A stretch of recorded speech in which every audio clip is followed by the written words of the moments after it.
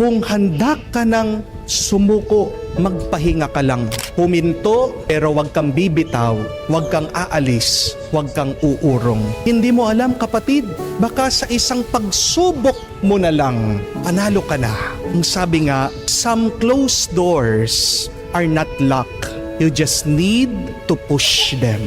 Kala mo nakasara ang pintuan? Kala mo sinasabi sa'yo, hindi, pero hindi mo pa naman sinubukan na itulak ito. Kung susubukan mo lang, kung gagawin mo lang, kung didiretso ka, hindi pala nakakandado. Oo, sarado, pero kailangan mo lang itulak ito. Not all closed doors are locked. Tandaan niyo po yan. Hindi ibig sabihin pag sinabi ng Panginoon na hindi ay hindi talaga. Sinusubukan lang tayo ng Diyos.